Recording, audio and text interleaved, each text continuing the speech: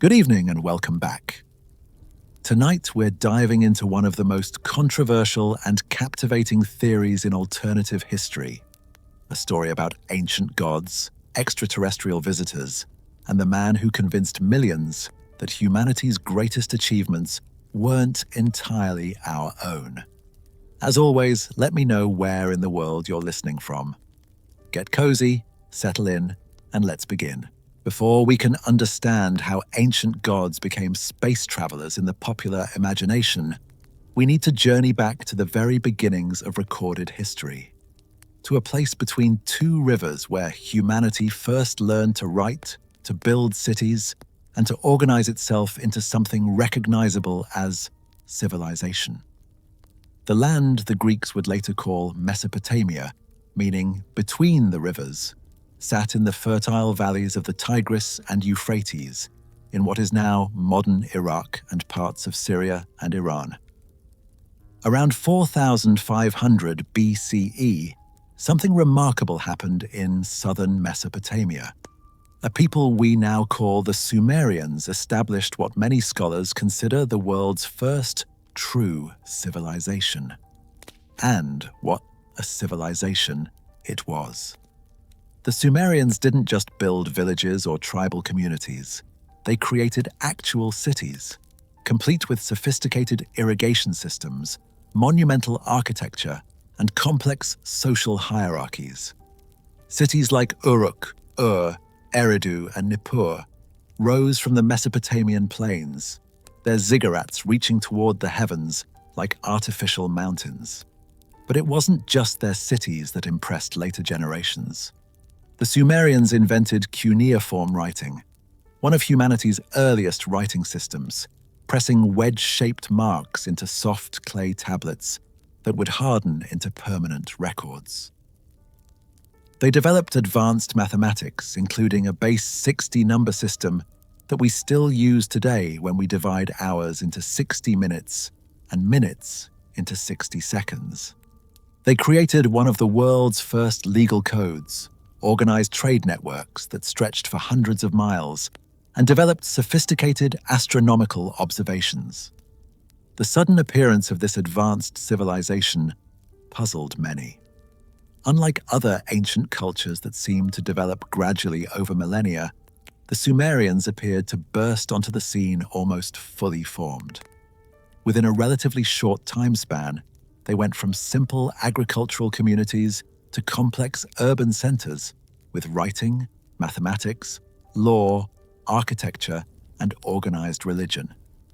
This rapid development would later become a key piece of evidence for those who believed the Sumerians had help from an outside source.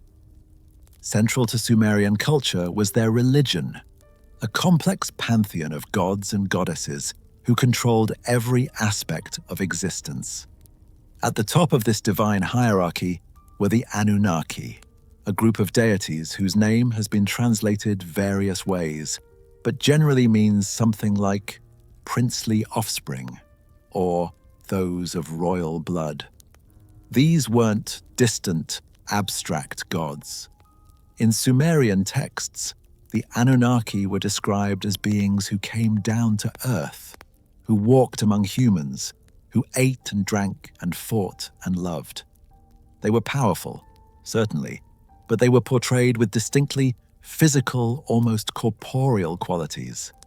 The Anunnaki in ancient Sumerian belief were descendants of An, also known as Anu, the god of the heavens, and Ki, the goddess of the earth. The chief among them was Enlil, the god of air and storms, who was said to have separated heaven and earth. His brother Enki, the god of wisdom and water, was credited with bringing knowledge and civilization to humanity. These gods weren't just worshipped from afar. The Sumerians built enormous temple complexes called ziggurats, where priests would tend to the gods, offering them food, drink, and devotion. The relationship between gods and humans was almost transactional. The gods created humans to serve them, to work the land and tend the temples, and in return, the gods would provide protection, prosperity, and order. In the original Sumerian texts, these stories were understood as mythology, as religious truth expressed through narrative. The Anunnaki were divine beings, supernatural entities who existed on a plane above mortal humans. They were gods in the traditional sense, worthy of worship and reverence. For thousands of years, scholars and historians understood them as such, as mythological figures that revealed how ancient Mesopotamians understood their world, their place in it, and the forces that governed their lives. But in the modern era, particularly in the latter half of the 20th century, some began to ask a provocative question. What if these ancient texts weren't purely mythological? What if the Sumerians were describing something they actually witnessed? What if the gods who came down from the heavens weren't supernatural beings at all, but flesh and blood visitors from another world? What if, in short, the Anunnaki were aliens? This question didn't arise in a vacuum. It emerged in an age of space exploration, when humans first broke free of Earth's gravity and looked back at our blue marble from the void. It came in an era when UFO sightings were regular news items, when governments were rumored to be hiding evidence of extraterrestrial contact, when science fiction had captured the popular imagination like never before. The question was radical, controversial, and to many people, utterly compelling. And the man who more than any other brought this question to the masses, who turned ancient astronaut theory from fringe speculation into mainstream conversation, was a Swiss hotel manager named Erich von Däniken, Vond. Erich Anton Paul von Däniken was born on April 14th, 1935. While some sources indicate his birthplace as Schaffhausen, Switzerland, others place it in the small town of Zofingen in the canton of Aargau. What's certain is that his upbringing was strictly religious, raised in a conservative Roman Catholic household, where daily prayers and church attendance were non-negotiable. His father was a clothing manufacturer who ran a tight ship at home, instilling in young Erich a routine of rigid piety that, ironically, would later push him in exactly the opposite direction. From an early age, von Däniken was fascinated by the inconsistencies he perceived between religious doctrine and the stories in the Bible itself. While other children accepted the miraculous tales at face value, young Erich found himself asking uncomfortable questions. How exactly did angels appear? Why did so many divine encounters involve beings descending from the sky in vehicles or accompanied by fire and smoke? What were the cherubim with wheels within wheels that the prophet Ezekiel described? These weren't the questions his teachers or parents wanted to hear, and they marked von Däniken as something of a troublemaker in his conservative Catholic school. He attended Saint Michel College in Fribourg, but his academic career was unremarkable at best. He left school without completing a traditional university education and entered the workforce in the hospitality industry, taking jobs as a waiter and bartender in various Swiss hotels. This might have seemed like an unpromising start, but these seasonal positions gave von Däniken something valuable: time. During the off-season and in his spare hours, he pursued his own education, reading voraciously and, importantly, traveling. Von Däniken used his savings to visit ancient sites around the world. He traveled to Egypt and stood before the pyramids, those monuments that have puzzled humanity for millennia. He journeyed to South America and witnessed the geometric perfection of ancient ruins that seemed impossibly advanced. He explored sites across Europe and the Middle East, always with the same questions nagging at him. How did ancient peoples, supposedly primitive and technologically limited, accomplish these feats? How did they move stones weighing hundreds of tons? How did they align their structures with astronomical precision? How did they possess knowledge that seemed centuries ahead of their time? In 1960, von Däniken married Elizabeth Skyer, a fellow hospitality worker, and together they managed hotels across Switzerland. The couple saved diligently, with Elizabeth supporting Erich's growing obsession with ancient mysteries. But von Däniken's financial management would soon bring trouble. In his eagerness to fund more research trips and to live beyond his modest means, he began embezzling money from the hotels he managed. This criminal behavior would later be used by critics to question his character and, by extension, the credibility of his theories. But in the early 1960s, before his legal troubles caught up with him, von Däniken was consumed by a singular mission, proving that ancient texts and monuments were evidence of extraterrestrial visitors. Von Däniken's approach was shaped by his interpretation of ancient religious texts, particularly the Bible. He became convinced that the prophet Ezekiel's vision of a wheel within a wheel wasn't a mystical experience, but a description of an alien spacecraft. The pillar of fire that guided the Israelites through the desert? A rocket exhaust. The angels who appeared to various prophets? Astronauts in suits? Von Däniken wasn't interested in metaphorical or spiritual interpretations. He read these texts literally, searching for descriptions of technology, of vehicles, of beings from elsewhere. By 1961, he had begun writing articles about his theories, publishing them in small magazines, and sharing them with anyone who would listen. By 1966, he had compiled his ideas into a manuscript titled Erinnerungen an die Zukunft, which translates to Memories of the Future.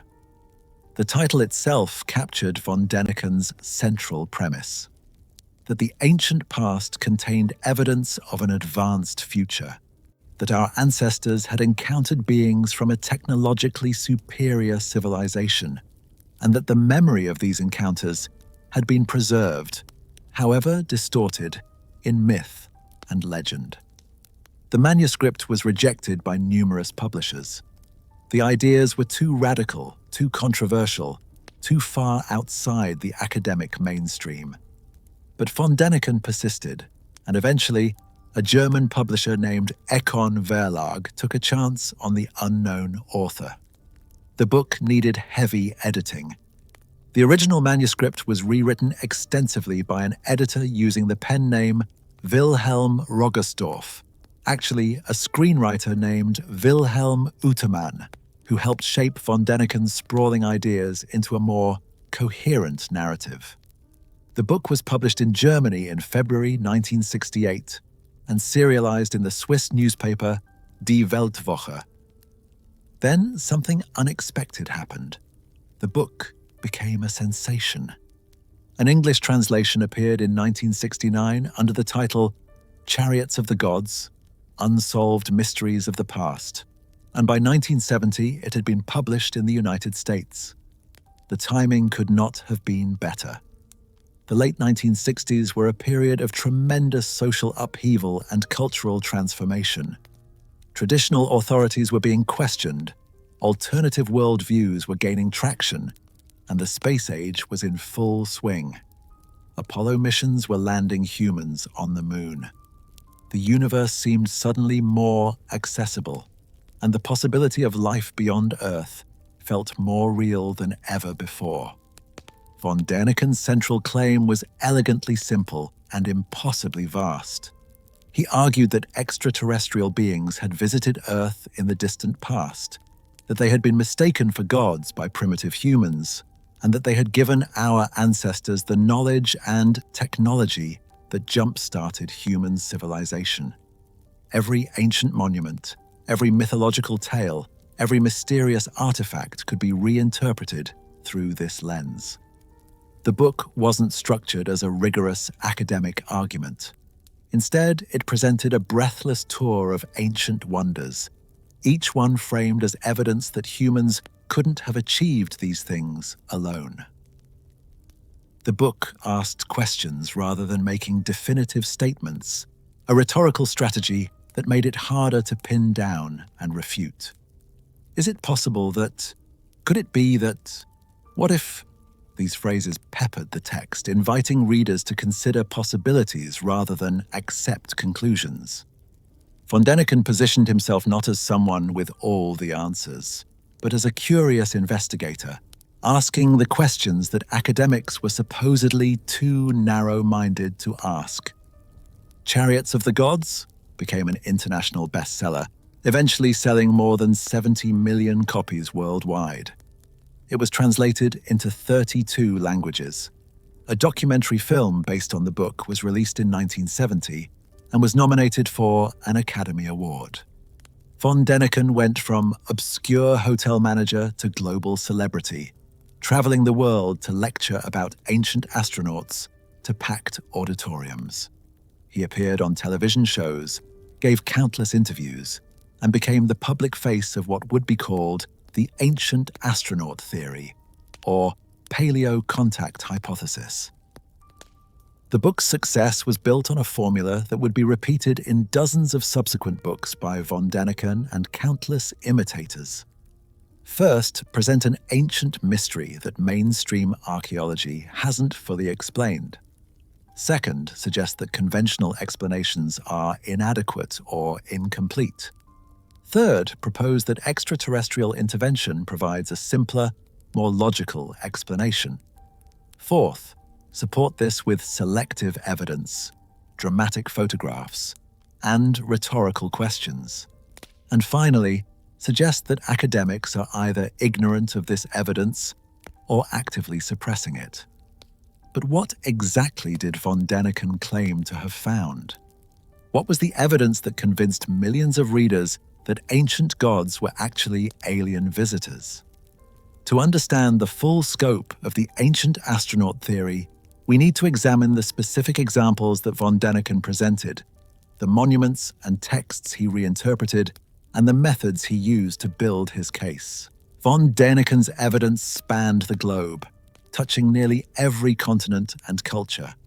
He wasn't interested in building a careful, focused argument about one specific site or civilization. Instead, he cast a wide net, suggesting that evidence of ancient astronauts could be found everywhere if you knew how to look. Let's examine some of his most famous examples and the reasoning he used to connect them to extraterrestrial visitors. Perhaps no ancient structure has been more thoroughly claimed by alternative historians than the Great Pyramid of Giza. Von Däniken devoted considerable attention to the pyramids, arguing that their construction required knowledge and technology far beyond what he believed ancient Egyptians possessed.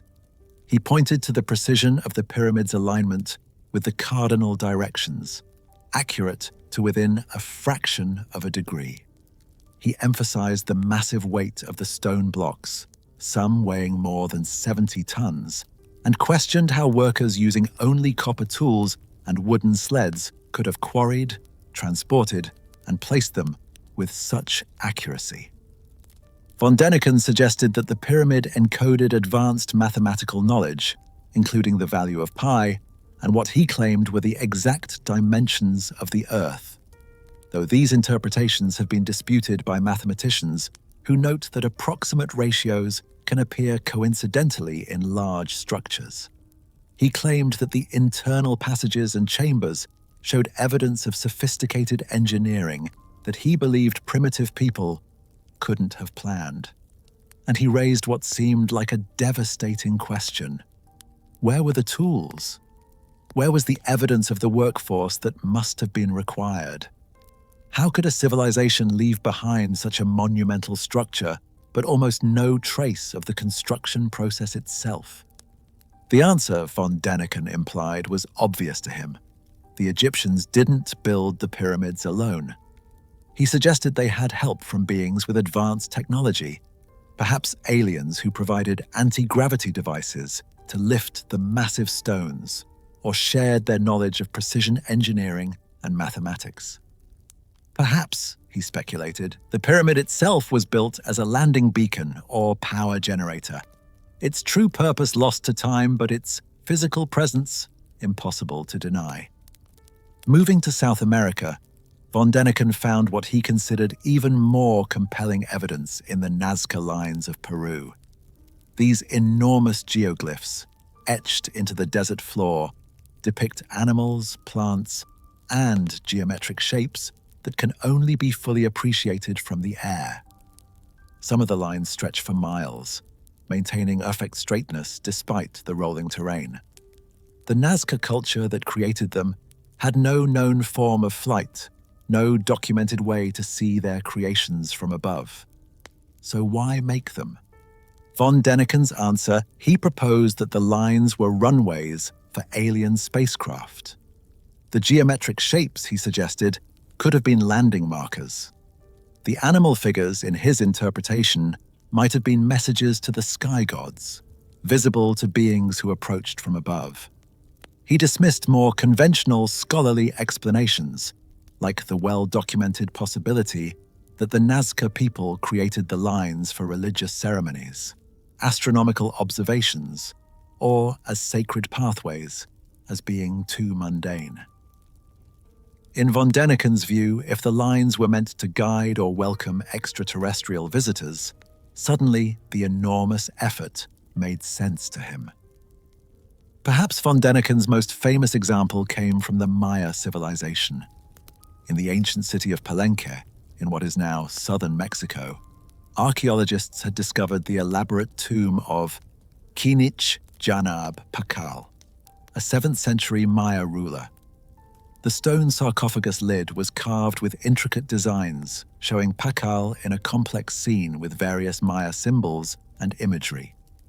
To trained Mayanists, the carving depicted Pakal's descent into the underworld, sitting at the cosmic center where the world tree grows, surrounded by symbols of death and rebirth. But von Däniken saw something different. When he looked at the Palenque sarcophagus lid, he didn't see mythological imagery.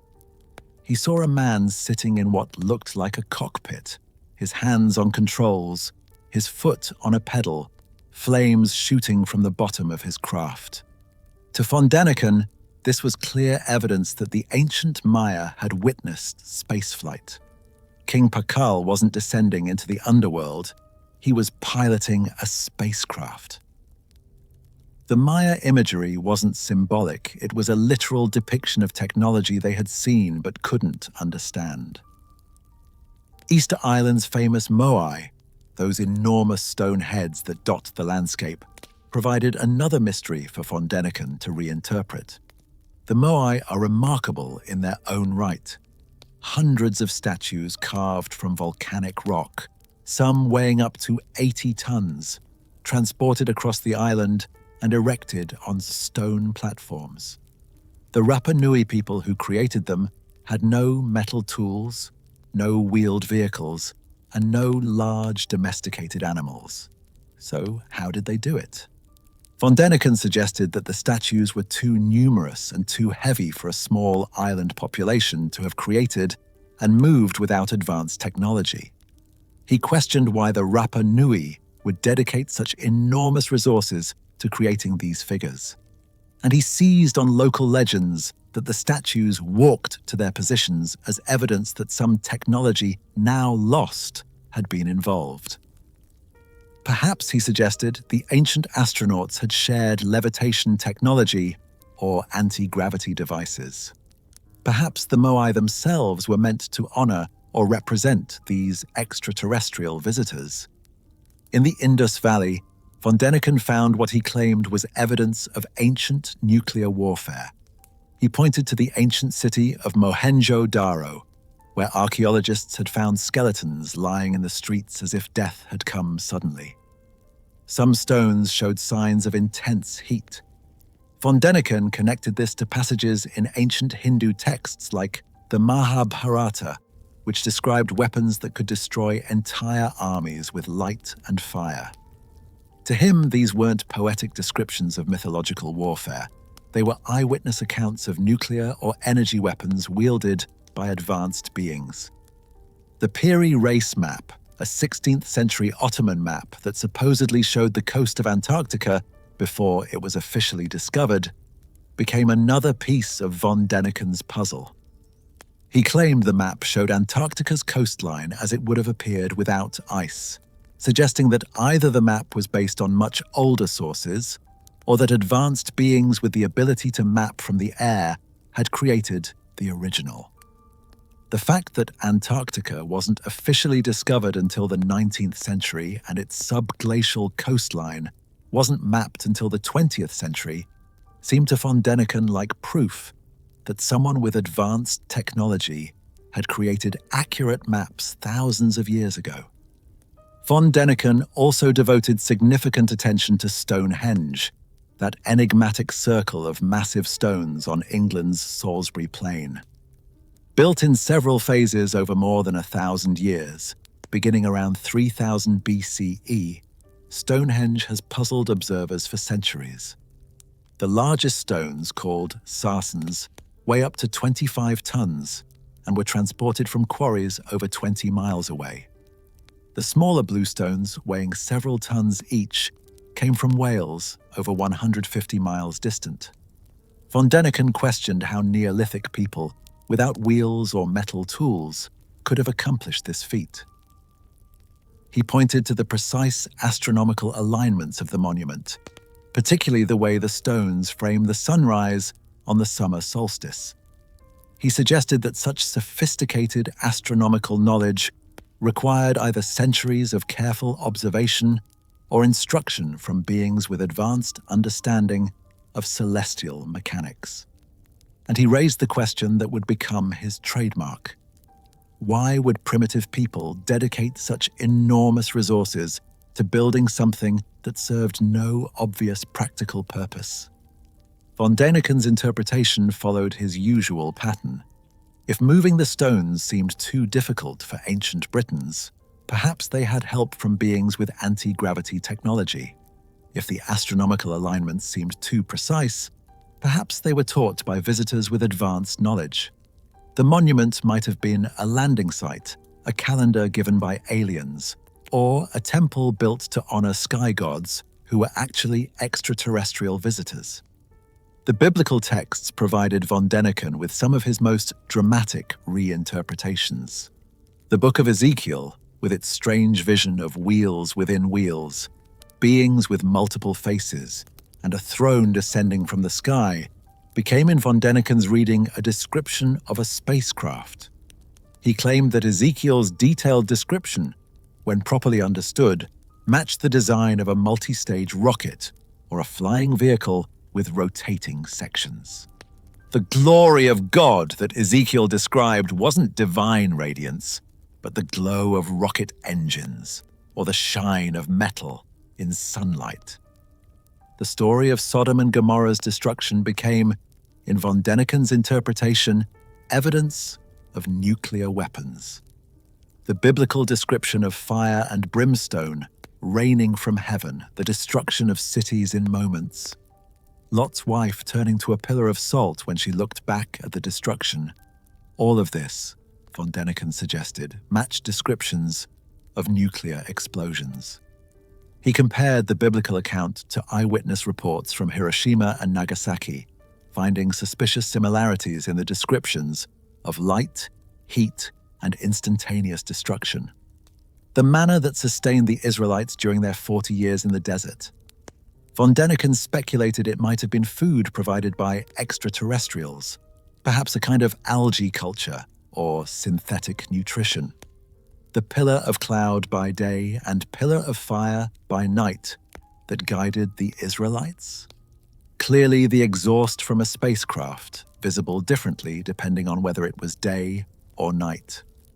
The Ark of the Covenant, with its precise construction specifications and warnings about touching it, which killed those who disobeyed.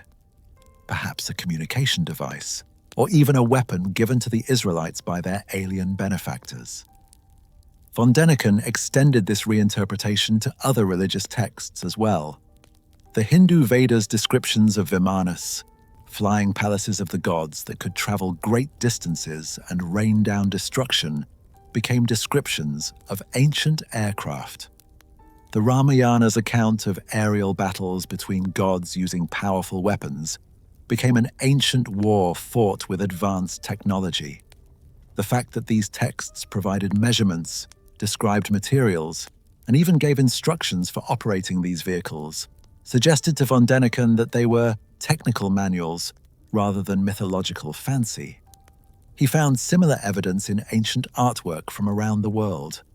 Cave paintings in Italy that showed figures in what looked like spacesuits. Statues from Japan that appeared to wear goggles or helmets. Petroglyphs in Australia depicting beings that looked different from normal humans. All of these, von Däniken claimed, were ancient people's attempts to depict the extraterrestrial visitors they had encountered. The Dogon people of Mali became another piece of von Däniken's puzzle, though he didn't originate this particular claim. The Dogon possessed detailed knowledge about the star Sirius, including the fact that it had a companion star, Sirius B, which is invisible to the naked eye and wasn't discovered by Western astronomers until the 19th century. Von Däniken and others suggested that this knowledge must have been given to the Dogon by extraterrestrial visitors from the Sirius system. The fact that Dogon mythology spoke of amphibious beings called the Nommo, who came from the sky, seemed to support this interpretation. In South America, von Däniken found endless material for speculation. The Nazca Lines were just the beginning. He pointed to the massive stones of Sacsayhuaman near Cusco, Peru, where blocks weighing hundreds of tons are fitted together so precisely that a knife blade cannot fit between them. He examined the Inca legend of Viracocha, a bearded god who appeared from the sky, taught the people civilization, and then departed, promising to return. Could this have been an alien visitor? Von Däniken certainly thought so. He explored the ruins of Puma Punku in Bolivia, where stones are cut with such precision that they look almost machined. The site includes blocks with perfectly straight edges, right angles, and complex geometric patterns. Some blocks have been shaped to interlock with others in sophisticated ways. Von Däniken argued that the precision was too great for the technology available to ancient Andean peoples. He suggested that advanced tools, perhaps provided by or operated by extraterrestrials, must have been involved. The Olmec heads of Mexico, massive basalt sculptures depicting human faces with distinctive features, became another mystery for von Däniken. These heads, some weighing up to 40 tons, were carved from single stones and transported significant distances. Their distinctive appearance with broad noses and thick lips has been the subject of much speculation. Von Däniken, always ready to suggest alien involvement, wondered if they might represent alien visitors or hybrids between humans and extraterrestrials. Von Däniken's method was consistent across all these examples. He would present an ancient mystery or achievement. He would claim that conventional explanations were inadequate, often by overstating the difficulty of the achievement or understating what ancient peoples were capable of. He would then suggest that extraterrestrial intervention provided a more logical explanation, and he would support this with selective readings of ancient texts, dramatic photographs, and a barrage of rhetorical questions designed to make the reader doubt the orthodox historical narrative. He also employed what could be called the global diffusion argument. He pointed out that similar myths, similar structures, and similar technologies appeared in cultures that supposedly had no contact with each other. Pyramids in Egypt and pyramids in Mexico, flood myths in Mesopotamia and flood myths in the Americas, advanced astronomy in Babylon and advanced astronomy among the Maya. How could these similarities exist if the cultures developed independently? Von Däniken's answer: they didn't develop independently. They all received knowledge from the same source. Extraterrestrial visitors who traveled the world sharing their wisdom. This argument had a superficial plausibility. Human cultures do share surprising similarities despite geographic separation. But anthropologists and archaeologists have other explanations for these similarities. Some, like flood myths, might reflect actual historical events that affected multiple regions, such as the rising sea levels at the end of the last ice age. Others might reflect universal human experiences and concerns. Every human culture deals with death, with the changing seasons, with the cycles of planting and harvest. Still others might be the result of independent invention, where similar problems lead to similar solutions. The problem with this approach, as critics were quick to point out, was that it systematically underestimated human ingenuity while overestimating the obstacles ancient peoples faced. It assumed that because we don't know exactly how something was done, it must have been impossible without advanced technology. It confused "we haven't figured it out yet" with "it can't be figured out." And it relied on what would come to be called the argument from incredulity, essentially saying, "I can't imagine how ancient people did this, therefore they must have had help from aliens." Von Däniken also consistently ignored context. He would take individual artifacts, individual passages from texts, individual features of monuments, and examine them in isolation. A carving that looked like it might depict a spaceship was presented without reference to the other carvings around it, the cultural context in which it was created, or the symbolic system of which it was a part. This allowed him to impose his own interpretations without being constrained by what scholars actually knew about these cultures. Perhaps most problematically, von Däniken's approach was fundamentally unfalsifiable. Any evidence that seemed to support ancient astronauts was accepted eagerly. Any evidence that contradicted the theory was dismissed as incomplete, misinterpreted, or part of a cover-up. If archaeologists said they understood how something was built, von Däniken would claim they were wrong or lying. If no evidence of alien visitation had been found, that was because people weren't looking in the right places, or because the evidence had been destroyed or hidden. This made his theory impossible to disprove, which might seem like a strength, but is actually a fatal weakness in any theory that claims to be based on evidence. But von Däniken's books weren't primarily aimed at academics or archaeologists. They were written for a general audience, hungry for wonder, for mysteries, for a sense that the universe held secrets that mainstream science was either ignorant of or hiding. And for that audience, the evidence seemed compelling. After all, the pyramids really were incredibly precise. The Nazca Lines really could only be seen from the air. The Palenque sarcophagus lid really did look like it could be a person in a spacecraft if you looked at it a certain way.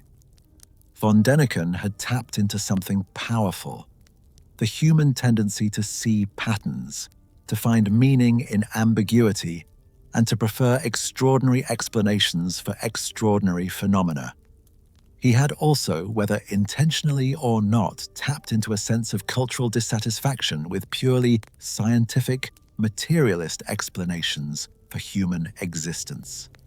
In an age of increasing secularization, ancient astronaut theory offered a kind of substitute religion, a way to believe in beings more advanced than ourselves without requiring traditional faith. But von Däniken was not the only person developing theories about ancient aliens and Sumerian gods. While he was popularizing the general concept of ancient astronauts, another writer was taking a much more specific and focused approach to the Sumerian texts. This writer would take von Däniken's broad suggestions and turn them into a detailed narrative, complete with names, dates, planets, and a grand cosmic drama. His name was Zecharia Sitchin, and his interpretation of the Anunnaki would become even more influential than von Däniken's work in shaping modern beliefs about ancient aliens. Zecharia Sitchin was born in Baku, Azerbaijan on July 11th, 1920, though he was raised in Palestine, where he developed a deep familiarity with modern and ancient Hebrew, as well as other Semitic languages. Unlike von Däniken, whose education was limited and whose approach was more intuitive than scholarly, Sitchin positioned himself as a serious researcher with linguistic credentials. He earned a degree in economic history from the University of London and worked as a journalist and editor in Israel before dedicating himself full-time to his theories about humanity's origins. Sitchin claimed to be one of the few scholars capable of reading ancient Sumerian cuneiform tablets, though this claim was disputed by actual Sumerologists, who found his translations deeply flawed. Nevertheless, this alleged expertise gave Sitchin's work an air of academic credibility that von Däniken's more speculative approach lacked. Where von Däniken asked provocative questions, Sitchin claimed to have concrete answers, all derived from his reading of ancient Mesopotamian texts. In 1976, Sitchin published The 12th Planet, the first book in what would become his 14-volume Earth Chronicles series. The book laid out a comprehensive narrative that went far beyond von Däniken's scattered evidence. Sitchin wasn't just suggesting that aliens had visited Earth. He was describing who they were, where they came from, why they came, and what they did during their time here. It was ancient astronaut theory transformed into a detailed alternative history of humanity. The centerpiece of Sitchin's theory was a planet called Nibiru, which he claimed was the 12th body in our solar system. In Sitchin's cosmology, the Sumerians knew about all 8 planets we recognize today, plus the Sun, the Moon, and this additional planet, bringing the total to 12. Nibiru, according to Sitchin's interpretation of Sumerian texts, had a highly elliptical orbit that brought it into the inner solar system approximately every 3,600 years. This wasn't a moon or an asteroid. Sitchin claimed it was a planet at least as large as Earth, home to an advanced civilization. This planet's inhabitants were the Anunnaki, but in Sitchin's telling, they weren't gods at all. They were flesh and blood humanoid beings, technologically advanced but biologically similar to humans. In fact, according to Sitchin, they were so similar because they had created us. Humans, in this narrative, were the result of genetic engineering performed by the Anunnaki, who needed a workforce and decided to upgrade existing hominids into something more useful. But why would advanced aliens need workers? According to Sitchin, the answer was gold. He claimed that approximately 450,000 years ago, the Anunnaki first came to Earth looking for gold, which they needed to repair their planet's deteriorating atmosphere. They established mining operations, particularly in Africa, and began extracting the precious metal. The work was difficult, and eventually the Anunnaki workers in the mines rebelled, refusing to continue the backbreaking labor. Faced with a labor shortage, the Anunnaki leadership decided to create a primitive worker species. Sitchin claimed that the god Enki, whom he identified as the Sumerian god of wisdom and water, was the chief scientist of this project. Enki took Homo erectus, an existing hominid species, and through genetic manipulation and in vitro fertilization, upgraded them into Homo sapiens. We were created, in Sitchin's narrative, to be a slave species, gold miners for alien overlords. This creation story, Sitchin argued, was preserved in Sumerian texts and later adapted into the biblical account of Genesis. Adam wasn't formed from dust by a divine creator. He was genetically engineered in a laboratory. The Garden of Eden wasn't a paradise lost through disobedience. It was the initial testing ground for the newly created humans, the forbidden fruit that gave knowledge of good and evil.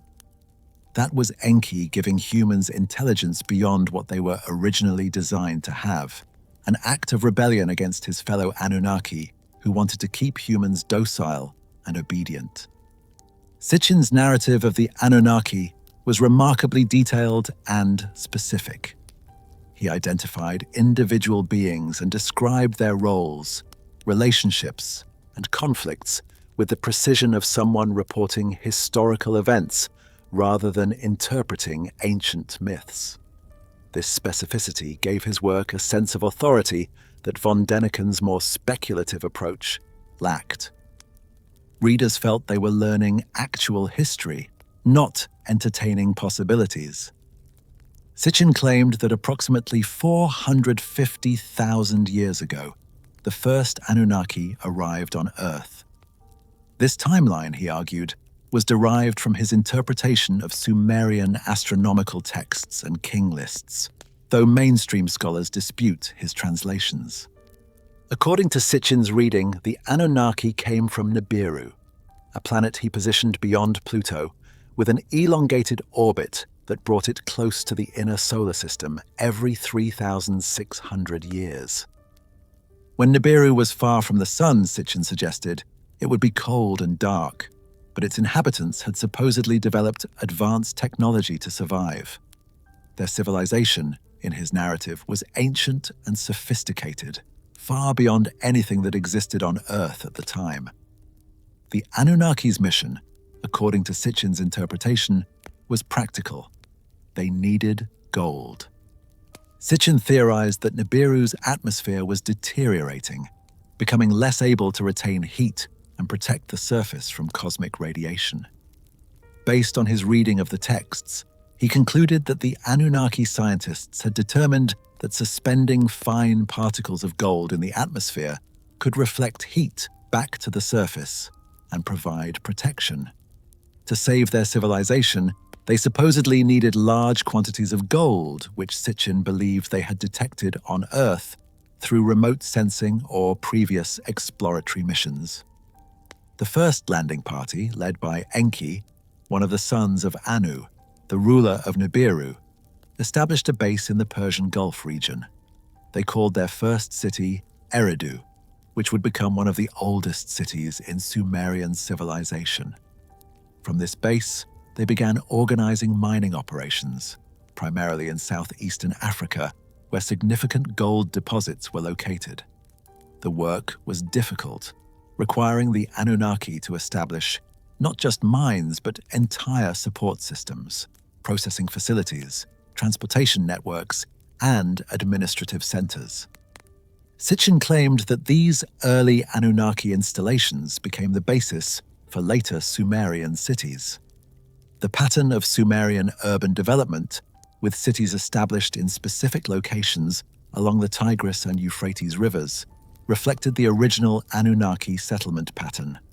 The names of Sumerian cities like Eridu, Nippur, and Uruk were actually the names of Anunnaki bases and facilities, preserved through thousands of years of human occupation. As the operation expanded, more Anunnaki arrived from Nibiru during subsequent orbital approaches. Each visit of Nibiru to the inner solar system allowed for crew rotations, delivery of supplies, and transport of gold back to the home planet. Sitchin described a complex organizational structure, with Enki overseeing Earth operations, while his half-brother Enlil held formal command and reported back to Anu on Nibiru. This divided authority created tension that would eventually lead to conflict. The mining work was brutal. Even for technologically advanced beings, extracting gold from deep underground mines in primitive conditions was exhausting, dangerous, and seemingly endless. After thousands of years of this labor, the Anunnaki workers in the mines mutinied. They refused to continue, complaining that they had not traveled across the solar system to slave in darkness extracting metal from rock. The rebellion threatened the entire operation and, by extension, the survival of Nibiru's civilization. Faced with this crisis, the Anunnaki leadership held a council. Enlil wanted to crush the rebellion and punish the mutineers, maintaining discipline through force. But Enki, who had more compassion for the workers and was known for his creative problem-solving, proposed an alternative: create a new species to do the work. The planet already had hominids, primitive bipedal creatures that showed some potential. With genetic engineering, these creatures could be upgraded into workers intelligent enough to follow instructions, but not intelligent enough to rebel or question their purpose. Sitchin described this genetic engineering process in surprising detail, claiming it was recorded in Sumerian texts, though his translations have been disputed by professional Sumerologists. In his interpretation, Enki and his half-sister Ninhursag, who he identified as skilled in biological sciences, took genetic material from Homo erectus and combined it with Anunnaki genes. The process, as Sitchin reconstructed it from the texts, involved in vitro fertilization, with modified embryos implanted in Anunnaki females who served as surrogate mothers. According to his narrative, the first attempts failed, producing non-viable hybrids or creatures with severe deformities. But eventually, Sitchin claimed, they succeeded in creating a being that was robust enough to survive and intelligent enough to follow complex instructions. This first successfully engineered human was called Adamu, which Sitchin connected to the biblical Adam. Sitchin claimed that this name meant one who is like Earth's clay, or earthling, which he interpreted as a reference to the creature's partially terrestrial genetic heritage. When Adamu proved successful, more were created, initially all male, to work as in the mines. But the Anunnaki soon realized they needed a self-reproducing population, rather than having to continuously manufacture new workers. So Ninhursag engineered a female, whom Sitchin identified with Eve, capable of bearing offspring that would inherit the hybrid genetic makeup. These early humans, according to Sitchin, were placed in a particular area that he identified with the Garden of Eden. This wasn't a paradise in the theological sense, but rather a controlled environment where the new species could be observed and where they could breed under supervision. The forbidden fruit that granted knowledge of good and evil was, in Sitchin's interpretation, Enki's decision to allow these humans to reproduce independently rather than being sterile servants. This act of compassion, or rebellion against Enlil's strict controls, gave humanity the ability to become a sustainable species rather than a manufactured tool.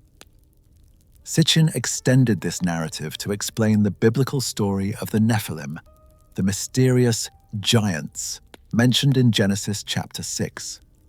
The passage states that the sons of God saw that the daughters of men were beautiful and took them as wives, producing offspring who were the heroes of old, warriors of renown.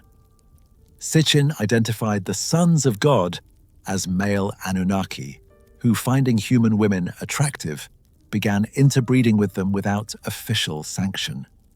The offspring of these unions were hybrids with more Anunnaki genetics than regular humans, making them larger, stronger, longer-lived, and more capable.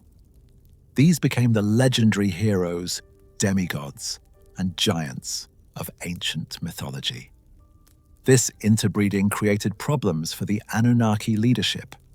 The human population was growing beyond their original purpose, spreading beyond the controlled areas, and developing in ways that hadn't been intended. Some Anunnaki, particularly Enlil, began to see humans as a mistake, a problem that had gotten out of control. When astronomical and geological conditions predicted a massive flood, caused by the periodic approach of Nibiru affecting Earth's ocean tides and possibly triggering the collapse of Antarctic ice sheets, Enlil saw an opportunity. He proposed letting the flood wipe out humanity, solving their problem and allowing them to start fresh, or simply abandon Earth and return to Nibiru. But Enki, who had developed affection for his creation and who saw humans as more than just tools, couldn't allow this genocide. Sitchin claimed that the story of Noah's Ark preserved Enki's warning to one man Ziusudra in Sumerian texts, or Utnapishtim in the Babylonian epic of Gilgamesh. Enki told this man about the coming flood and instructed him to build a boat to save not just his family, but breeding pairs of animals so that life could restart after the waters receded. This was an act of defiance against Enlil and the other Anunnaki leaders, who wanted humanity destroyed. The flood came, just as predicted, devastating the planet and wiping out most human civilization and many Anunnaki installations. When the waters receded, the Anunnaki, who had waited out the disaster in orbit or on high ground, returned to find a devastated world. Enlil was furious to discover that humans had survived thanks to Enki's intervention, but there was little he could do about it. The planet needed to be rebuilt, and humans were still the best labor force available. The post-flood period, according to Sitchin, was when the Anunnaki began teaching humans the basics of civilization. They helped establish the first cities, taught agriculture and irrigation, shared knowledge of writing, mathematics, and astronomy. This explained, in Sitchin's view, why Sumerian civilization appeared so suddenly and so fully formed. It wasn't a gradual development, but rather knowledge transferred directly from an advanced civilization to a primitive one. Sitchin identified specific Anunnaki with specific Sumerian gods. Enki became Ea, the god of water and wisdom. Enlil remained Enlil, the god of air and storms. Ninhursag became Ninti, the mother goddess. Inanna, the goddess of love and war, was identified as the daughter of Enki, who had a particularly close relationship with humans. Each god in the Sumerian pantheon was, in Sitchin's interpretation, an actual individual Anunnaki with their own personality, agenda, and relationships. He described power struggles among the Anunnaki that played out through human history. When Cain killed Abel, according to Sitchin, it reflected a larger conflict between Anunnaki factions over control of different regions. The Tower of Babel story represented human attempt to build a spaceport or launch facility, which the Anunnaki destroyed because they didn't want humans to have independent access to space. The destruction of Sodom and Gomorrah wasn't divine punishment, but rather the Anunnaki using nuclear weapons in one of their factional wars, with the cities of the plain being collateral damage. Sitchin claimed that human kingship itself was an Anunnaki institution. The concept of divine right of kings, where monarchs claim to rule by the will of the gods, reflected actual reality in Sitchin's view. Early kings were either hybrid offspring of Anunnaki and humans, or they were human appointees given authority by the Anunnaki to govern human populations according to Anunnaki interests. The king lists of ancient Mesopotamia, which described rulers reigning for impossibly long periods, reflected the extended lifespans of these hybrid rulers, or perhaps the long duration of Anunnaki dynasties, measured by Nibiru years rather than Earth years. As time went on and Nibiru's orbit took it away from the inner solar system, the Anunnaki presence on Earth diminished. According to Sitchin, most of them eventually left, returning to Nibiru as their mission was complete, or as they decided that managing humans was more trouble than it was worth. But they left behind their hybrid offspring, their knowledge, and their influence on human culture. The gods departed, not into some spiritual realm, but literally, leaving Earth to its human inhabitants, who preserved memories of their presence in myths and religious texts. Sitchin claimed that the Anunnaki had promised to return, and he speculated that their next visit might be soon. Each 3,600-year orbital cycle of Nibiru would bring them back within range of Earth. In his later books, Sitchin suggested that various ancient prophecies about the return of the gods were actually predicting Nibiru's next approach.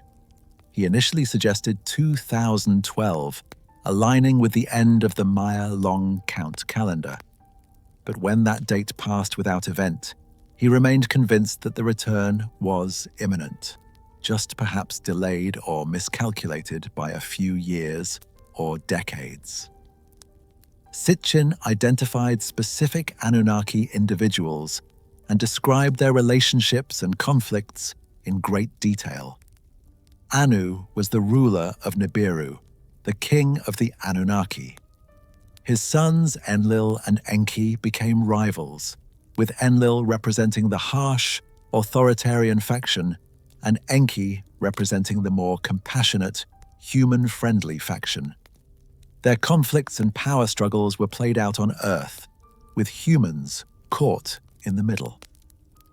Wars between the Anunnaki factions, according to Sitchin, were preserved in texts like the Mahabharata, which he claimed described nuclear weapons and aerial battles. One of Sitchin's most detailed claims involved the very formation of our solar system. He interpreted the Babylonian creation epic, the Enuma Elish, not as a mythological account, but as an accurate description of planetary formation. In his reading, Nibiru had once collided with a planet called Tiamat that existed between Mars and Jupiter. This collision shattered Tiamat, with one half becoming Earth and the other half becoming the asteroid belt. This cosmic catastrophe was remembered in mythology as the battle between Marduk and Tiamat, but Sitchin claimed it was an actual astronomical event. Sitchin's timeline was precise in a way that von Däniken's speculation never was. He claimed that the Anunnaki first arrived on Earth around 450,000 years ago. They established a base in Mesopotamia around 430,000 years ago. They created the first genetically modified humans around 300,000 years ago. The Great Flood occurred around 13,000 years ago. Sumerian civilization, the first human civilization influenced directly by Anunnaki knowledge, emerged around 6,000 years ago. Each of these dates was supposedly derived from Sitchin's interpretation of Sumerian texts and astronomical calculations. Unlike von Däniken, who was content to suggest that ancient astronauts had visited and helped ancient humans, Sitchin created a comprehensive alternative history that explained not just individual monuments or myths, but the entire trajectory of human civilization. Why did civilization emerge suddenly in Mesopotamia? Because the Anunnaki taught humans agriculture, writing, mathematics, and astronomy. Why do ancient cultures have similar flood myths? Because they all remembered the same actual flood caused by Anunnaki actions. Why do humans seem to have violent and self-destructive tendencies? Because we were created as workers and slaves, not as free beings, and our genetic programming reflects that origin. Sitchin's books sold millions of copies, were translated into more than 25 languages, and inspired a devoted following. His Earth Chronicles series eventually expanded to 14 volumes, each one adding more detail to his alternative history. He continued writing until his death in 2010, never wavering from his conviction that the Sumerian texts described literal historical events involving extraterrestrial beings. The appeal of Sitchin's narrative was obvious. It provided answers to fundamental questions about human origins, purpose, and destiny. It explained why ancient civilizations seemed so advanced. It gave meaning to ancient myths and religions without requiring supernatural belief. It suggested that humanity had a cosmic heritage, that we were connected to the stars not through abstract speculation, but through actual biological lineage. We weren't just children of Earth. We were creations of advanced beings from another world. But there was a problem with Sitchin's work. A problem that went deeper than the usual criticisms leveled at von Däniken. Where von Däniken could be dismissed as a popularizer asking interesting questions, Sitchin claimed scholarly authority. He claimed to be translating actual texts, providing linguistic and astronomical evidence for his claims. And when actual experts in Sumerian language, Babylonian astronomy, and ancient Near Eastern history examined his work, they found it riddled with errors, mistranslations, and fundamental misunderstandings of both the language and the culture. The academic response to both von Däniken and Sitchin was swift and, in many cases, devastating. But before we examine that response, it's important to understand just how influential these ideas became and continue to be. Because despite the academic consensus that ancient astronaut theory is pseudoscience, millions of people around the world believe some version of it. The question isn't just whether von Däniken and Sitchin were right or wrong. It's why their ideas resonated so powerfully, and what that tells us about how we understand our past and our place in the universe. The academic and scientific community's response to ancient astronaut theory was not kind. From the moment Chariots of the Gods became a bestseller, scholars across multiple disciplines began publishing rebuttals, debunkings, and critical analyses. The criticisms came from archaeologists, historians, astronomers, anthropologists, linguists, and experts in ancient civilizations. The verdict was nearly unanimous. Von Däniken and Sitchin's work was fundamentally flawed, based on misunderstandings, misrepresentations, and in some cases, outright fabrications. One of the first comprehensive rebuttals came from Ronald Story, who published The Space Gods Revealed, a close look at the theories of Erich von Däniken in 1976. Story went through von Däniken's claims systematically, examining each piece of alleged evidence and showing why it didn't support the ancient astronaut hypothesis. He demonstrated that von Däniken had taken quotes out of context, ignored contradictory evidence, and failed to understand the cultural and historical context of the artifacts he discussed. Archaeologist Clifford Wilson published Crash Go the Chariots in 1972, followed by The Chariots Still Crash in 1975. Wilson was particularly effective because he could speak with authority about the archaeological sites von Däniken had mischaracterized. He showed, for example, that Thor Heyerdahl's book, Aku Aku, had already demonstrated how the Easter Island Moai could be moved and erected using only the tools and techniques available to the Rapa Nui people. Heyerdahl had actually conducted experiments with modern Easter Islanders who successfully moved and erected a moai using traditional methods. Von Däniken had cited Heyerdahl's work in his bibliography, but had conveniently ignored the parts that disproved his alien hypothesis. The Palenque sarcophagus lid, one of von Däniken's most famous examples, proved particularly straightforward for Mayanists to refute.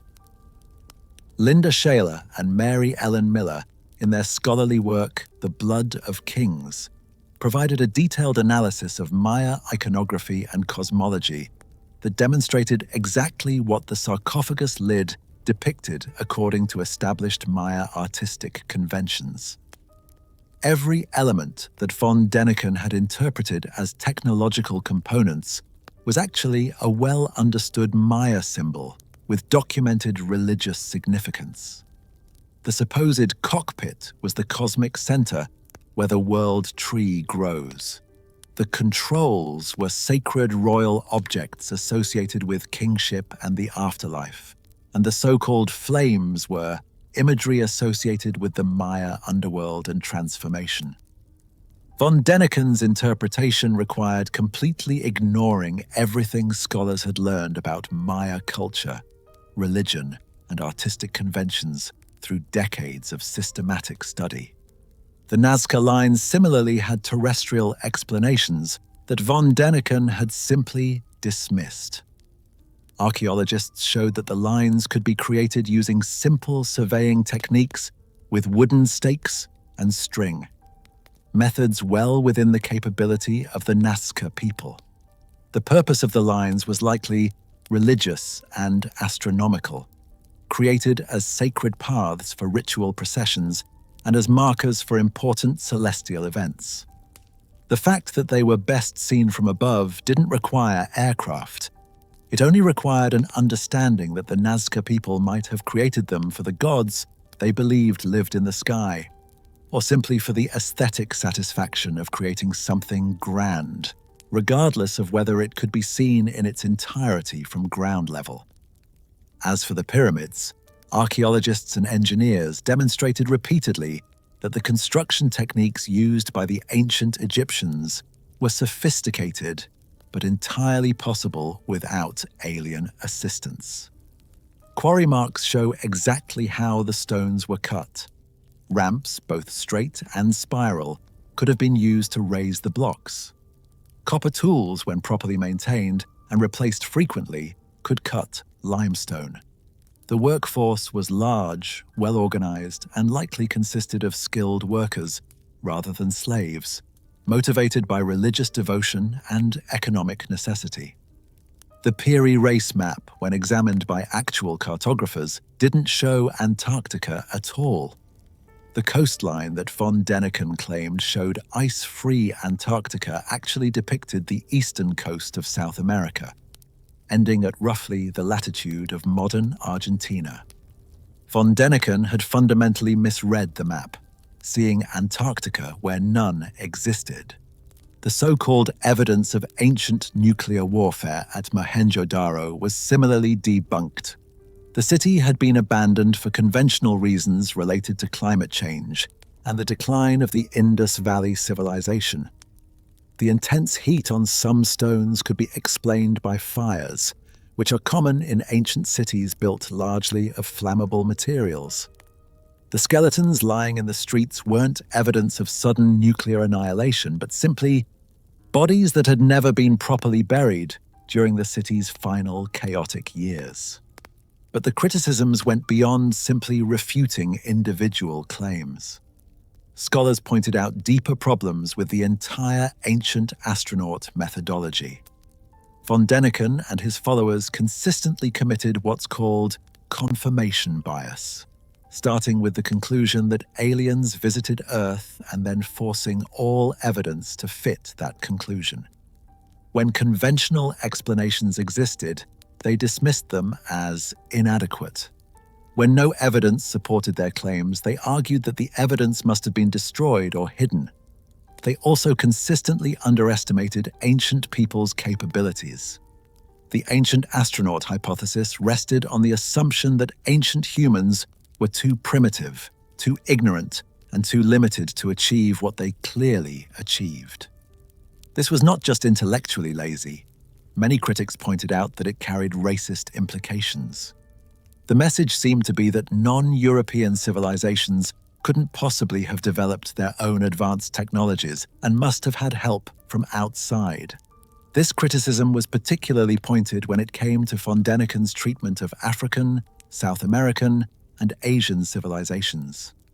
The ancient Egyptians, the Maya, the people of the Indus Valley, all were implicitly portrayed as incapable of their own achievements. Meanwhile, Greek and Roman accomplishments, while occasionally mentioned, were rarely attributed to alien intervention. The pattern suggested that the ancient astronaut hypothesis was at least partly rooted in Eurocentric assumptions about which cultures were advanced enough to have accomplished impressive things on their own. Jason Colavito, a modern critic of ancient astronaut theory, has written extensively about these problematic undercurrents. He points out that von Däniken's work, whether intentionally or not, promotes the idea that brown and black peoples around the world needed white-skinned aliens to teach them civilization. This connects to a long history of colonial and imperialist narratives that denied indigenous peoples credit for their own achievements. The case against Sitchin was even more damning, because his claims were more specific, and thus more vulnerable to expert refutation. Professional Sumerologists examined Sitchin's translations and found them appallingly inaccurate. He consistently mistranslated words, ignored grammatical structures, and invented meanings that had no basis in actual Sumerian language. Michael Heiser, a scholar with expertise in ancient Semitic languages, wrote extensive critiques showing that Sitchin's linguistic methodology was fundamentally flawed. For example, Sitchin translated the Sumerian term Nibiru as a planet, when in Babylonian astronomy, Nibiru was actually used to refer to Jupiter or to any celestial crossing point. He invented meanings for words that actual dictionaries of Sumerian and Akkadian didn't support. He claimed that Sumerian texts described advanced technology when they were actually using conventional religious and mythological language that any trained scholar could recognize. Astronomers debunked Sitchin's claims about Planet X, or Nibiru. No such planet exists in our solar system. The supposed orbital mechanics he described would be impossible. A planet with a 3,600-year orbit that came close to Earth would cause catastrophic gravitational disruption, not just to Earth, but to all the inner planets. There is no astronomical evidence whatsoever for such a body. Modern planetary surveys, including missions to the outer solar system, have found no trace of Sitchin's hypothetical planet. The genetic claims were similarly baseless. The idea that humans were created through genetic engineering 300,000 years ago contradicts everything we know from genetics, paleontology, and evolutionary biology. The human genome has been sequenced, and it shows clear evolutionary relationships with other primates. There are no alien genes, no evidence of artificial manipulation, nothing that suggests anything other than natural evolution over millions of years. Critics also noted that both von Däniken and Sitchin were selective in which ancient texts they trusted. When a Sumerian text could be interpreted to support their thesis, it was treated as a literal historical record. When a text contradicted their ideas or was obviously mythological, it was ignored or dismissed. This selective reading violated basic principles of historical scholarship, which requires considering all available evidence, not just cherry-picking supportive passages. Perhaps most damaging were the revelations that von Däniken had actually fabricated evidence. In a 1977 BBC Horizon documentary, it was revealed that some of the artifacts he claimed as ancient were actually modern forgeries made by local artisans. In his book, The Gold of the Gods, von Däniken claimed to have explored a cave system in Ecuador filled with ancient artifacts, including metal plaques covered in strange writing. Later, he admitted in an interview with PBS's Nova that he had never actually been in the cave and that the artifacts were brass, not gold, and were of dubious authenticity. When confronted with errors and fabrications, von Däniken often retreated to claiming that his books were not meant to be taken as scientific works, but as explorations of possibilities. In an interview with Playboy magazine in 1974, he admitted that when he wrote Chariots of the Gods, he wasn't convinced of his own theories. He called his books Sachbücher, a German term that translates roughly to non-fiction, but carries a connotation of popular science or factual entertainment, rather than rigorous scholarship. This allowed him to have it both ways, claiming authority when convenient, but disclaiming responsibility for accuracy when challenged. The academic community's verdict was clear. Ancient astronaut theory was pseudo-archaeology, pseudo-history, and pseudo-science. It violated basic principles of evidence, logic, and scholarly methodology. It was built on misunderstandings, mistranslations, and misrepresentations. It consistently underestimated human capabilities while overestimating the difficulties ancient peoples faced. And in some cases, it was built on deliberate fabrications. Yet despite this overwhelming scholarly consensus, ancient astronaut theory didn't disappear. If anything, it grew stronger, reaching new audiences through new media. The question isn't just why the theories were wrong, but why they remained so popular even after being debunked. Why did millions of people continue to believe in ancient aliens even when every credible expert said it was nonsense? To understand that, we need to look at how these ideas spread through popular culture and what needs they fulfilled for their believers. The story of ancient astronaut theory in the 21st century cannot be told without discussing one television show, Ancient Aliens. Premiering on the History Channel in 2010 as a weekly series, after a successful 2-hour documentary special in 2009, Ancient Aliens would become one of the most successful and controversial programs in cable television history. It would run for more than 20 seasons, produce hundreds of episodes, spawn countless memes, and bring ancient astronaut theory to a mainstream audience larger than von Däniken and Sitchin combined ever reached. The show's format was deceptively simple. Each episode explored a specific topic: ancient monuments, religious texts, mysterious artifacts, historical events, through the lens of ancient astronaut theory. A rotating cast of ancient astronaut theorists, as they were labeled on the show, would appear on camera, offering interpretations that connected the topic to extraterrestrial visitors.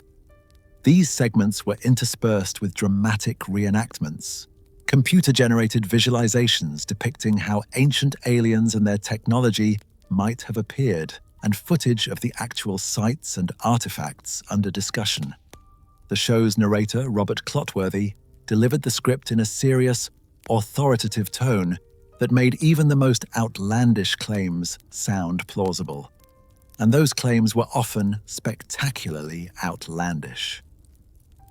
Over the course of its run, Ancient Aliens would suggest that extraterrestrials were responsible for everything from the construction of Stonehenge to the disappearance of Amelia Earhart, from the biblical plagues of Egypt to the Star of Bethlehem, from ancient Indian texts describing flying machines to modern UFO sightings. The star of the show, the face that would become synonymous with ancient astronaut theory in the modern era, was Giorgio A. Tsoukalos. With his distinctive wild hair styled upward and outward, his enthusiastic delivery, and his willingness to suggest alien involvement in virtually everything, Tsoukalos became a pop culture phenomenon. His image, overlaid with the caption, "I'm not saying it was aliens, but," became one of the internet's most recognizable memes, spreading far beyond the show's actual audience. Tsoukalos was a true believer, someone who had been convinced by von Däniken's work while still a teenager, and had dedicated his life to promoting ancient astronaut theory. He founded legendary Times magazine devoted to the subject and became a close associate of von Däniken himself, eventually taking over as director of the AASRA, the Archaeology, Astronautics and SETI Research Association that von Däniken had co-founded. Other regular experts on the show included David Childress, an author of books on ancient mysteries and lost civilizations; David Wilcock, who claimed to be the reincarnation of Edgar Cayce and promoted various esoteric theories; Michael Cremo, who argued for a radical revision of human evolutionary history; and William Henry, who focused on the spiritual and metaphysical aspects of ancient astronaut theory. Von Däniken himself appeared frequently, the elder statesman of the movement, his presence lending credibility to the younger generation of theorists. The show was wildly successful by cable television standards. It consistently drew strong ratings for the History Channel, became one of the network's flagship programs, and helped define what critics called the channel's drift away from traditional history programming towards speculative, conspiracy-oriented content. Alongside shows about pawn shops, loggers, and treasure hunters, Ancient Aliens represented a new direction for a network that had once focused primarily on World War II documentaries and conventional historical narratives. The success of Ancient Aliens came despite, or perhaps because of, near universal condemnation from the academic community. Archaeologists, historians, and scientists repeatedly called out the show for presenting pseudoscience as fact, for giving equal weight to fringe theories and established knowledge, and for misleading viewers about what was actually known about ancient history. Kenneth Feder, a professor of archaeology at Central Connecticut State University and author of Frauds, Myths, and Mysteries, was approached by the show's producers but declined to participate after making clear that he thought the ancient astronaut hypothesis was nonsense. The criticism reached beyond academic circles. In 2011, the satirical animated series South Park devoted an entire episode, a History Channel Thanksgiving, to parodying Ancient Aliens. The episode perfectly captured the show's methodology, taking mundane historical events, adding dramatic music and lighting, bringing in experts who would speculate wildly about alien involvement, and presenting these speculations as equally valid as conventional historical accounts. The parody was devastating and hilarious, but it didn't seem to hurt the show's ratings. In fact, Ancient Aliens seemed to thrive on controversy. The more academics and skeptics criticized it, the more its audience saw confirmation of the show's claim that mainstream science was closed-minded and dismissive of alternative ideas.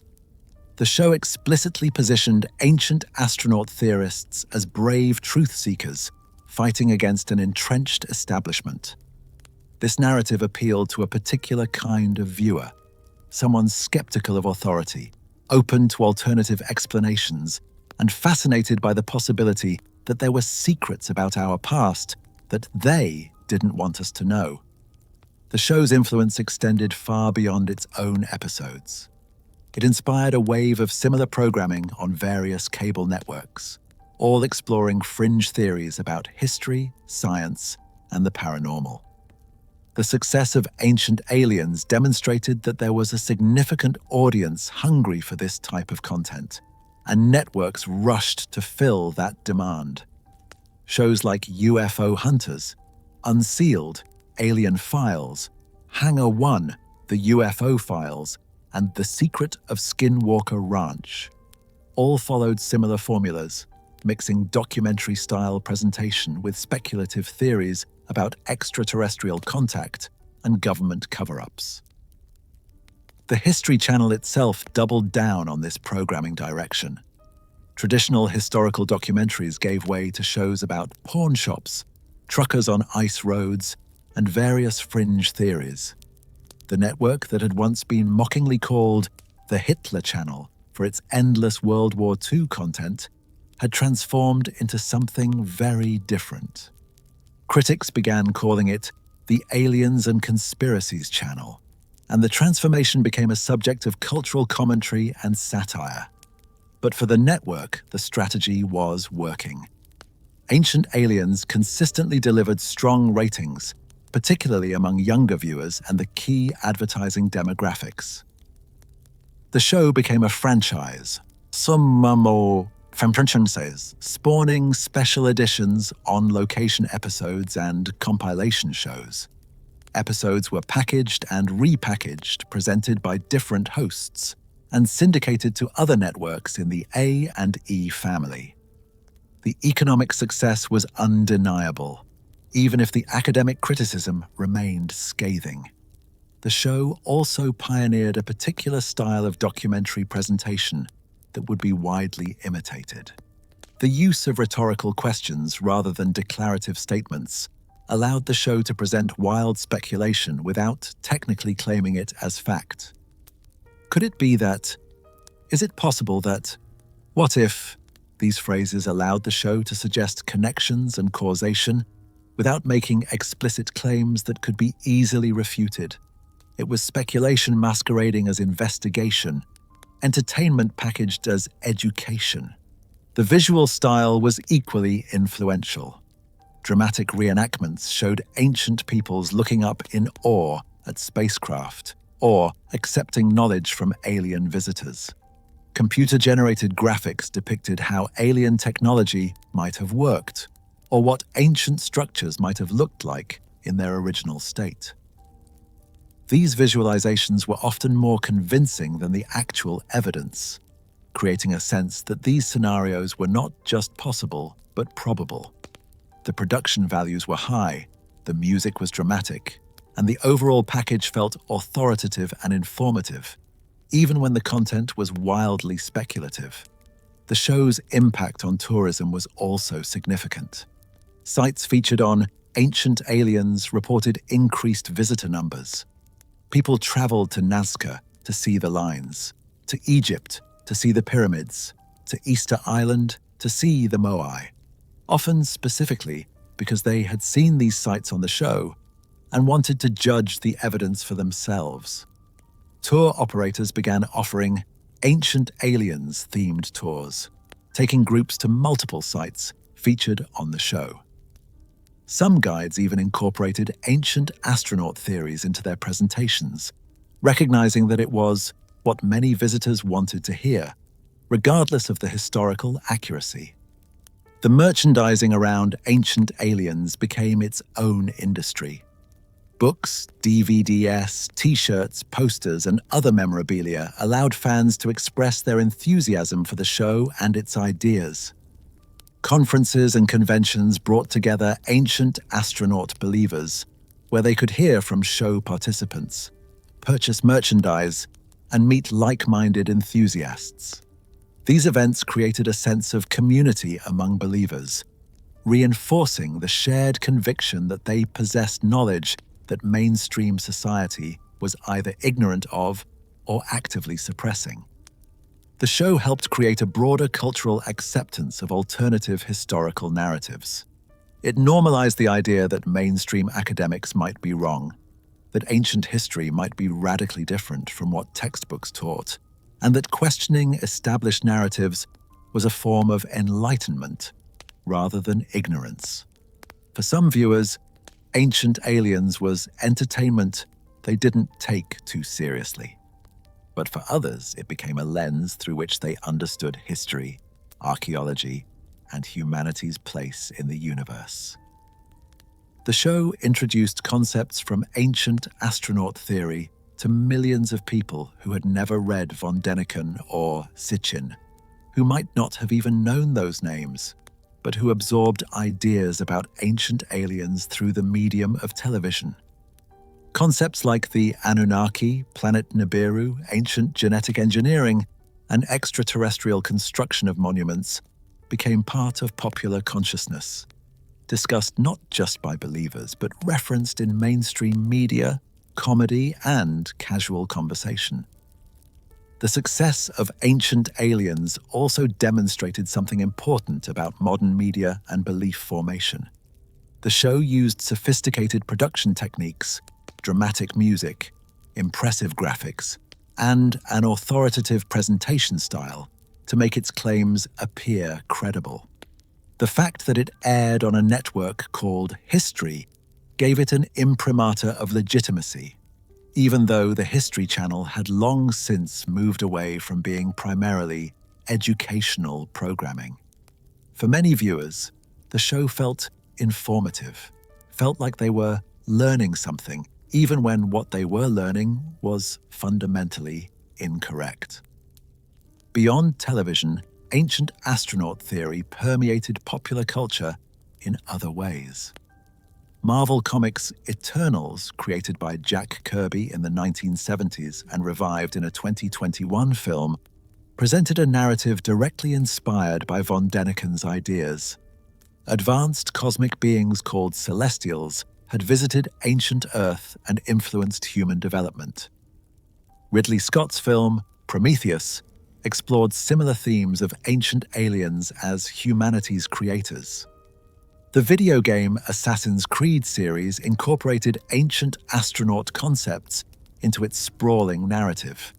Even the Indiana Jones franchise, with Kingdom of the Crystal Skull, brought ancient aliens into its mythology. Von Däniken himself remained active until his final years, publishing more than 40 books, traveling the world to lecture, and appearing regularly on Ancient Aliens and other programs.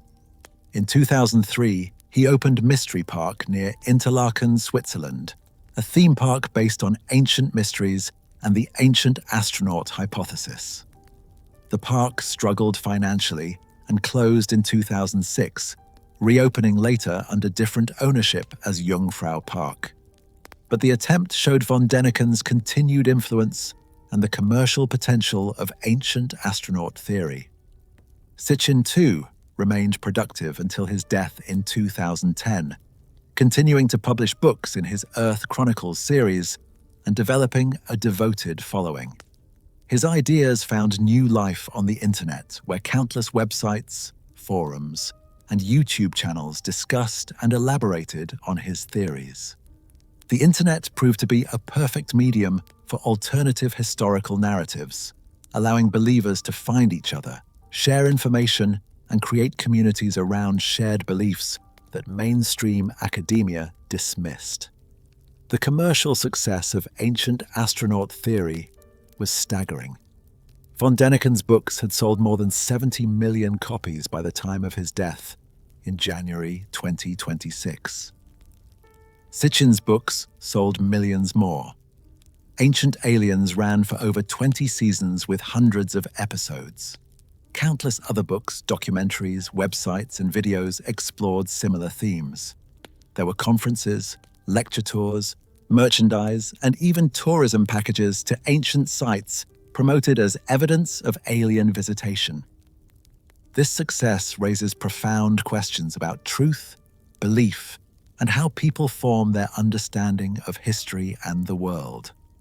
Because despite the overwhelming evidence that ancient astronaut theory is wrong, despite the devastating critiques from experts, despite the exposed fabrications and errors, millions of people around the world believe some version of it. A 2018 Chapman University poll found that more than 40% of Americans believed that ancient aliens had visited Earth. That's a remarkable statistic, representing tens of millions of people convinced of something that virtually every qualified expert considers baseless. Understanding why requires looking beyond the specifics of pyramids and Sumerian tablets. It requires examining the psychology of belief, the social factors that make alternative narratives appealing, and the deeper human needs that ancient astronaut theory seems to fulfill. It requires asking not just what these theories get wrong about the past, but what they might reveal about our present. The persistence and popularity of ancient astronaut theory, despite its refutation by virtually every qualified expert, reveals something fundamental about human psychology and how we make sense of the world. The question isn't just, is it true? But why does it feel true to so many people?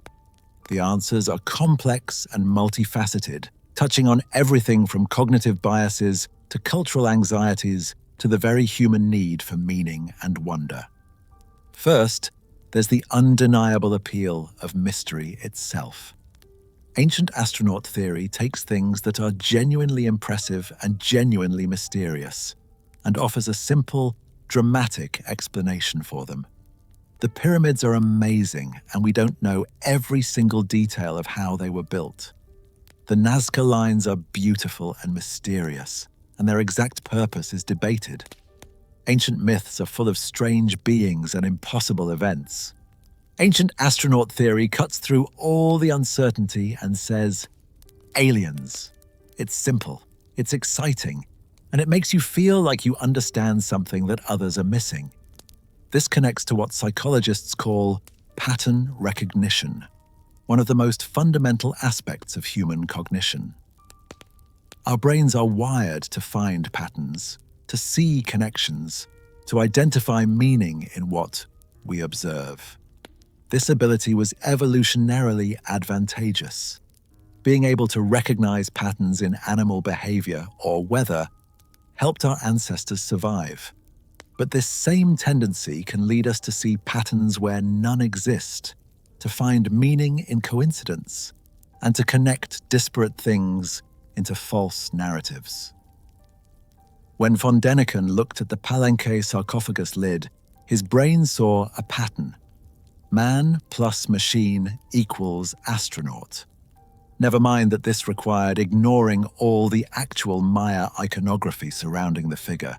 Never mind that it required assuming ancient Maya artists would depict technology using 20th century visual conventions.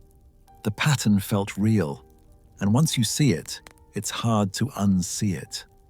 This is the power of pareidolia, the tendency to perceive meaningful patterns in random or ambiguous stimuli, seeing faces in clouds, hearing messages in static, or seeing spaceships in ancient carvings.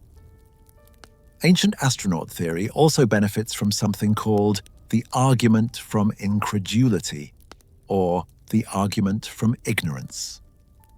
This is the logical fallacy that says, essentially, I can't imagine how X could be true, therefore X must not be true, therefore Y must be true instead. Von Däniken repeatedly used this structure. I can't imagine how ancient people built the pyramids. X, therefore they couldn't have done it themselves. Therefore aliens must have helped them. Y. The problem is that personal incredulity isn't evidence. The fact that von Däniken or anyone else can't imagine how something was done doesn't mean it couldn't have been done. It just means they don't know how it was done.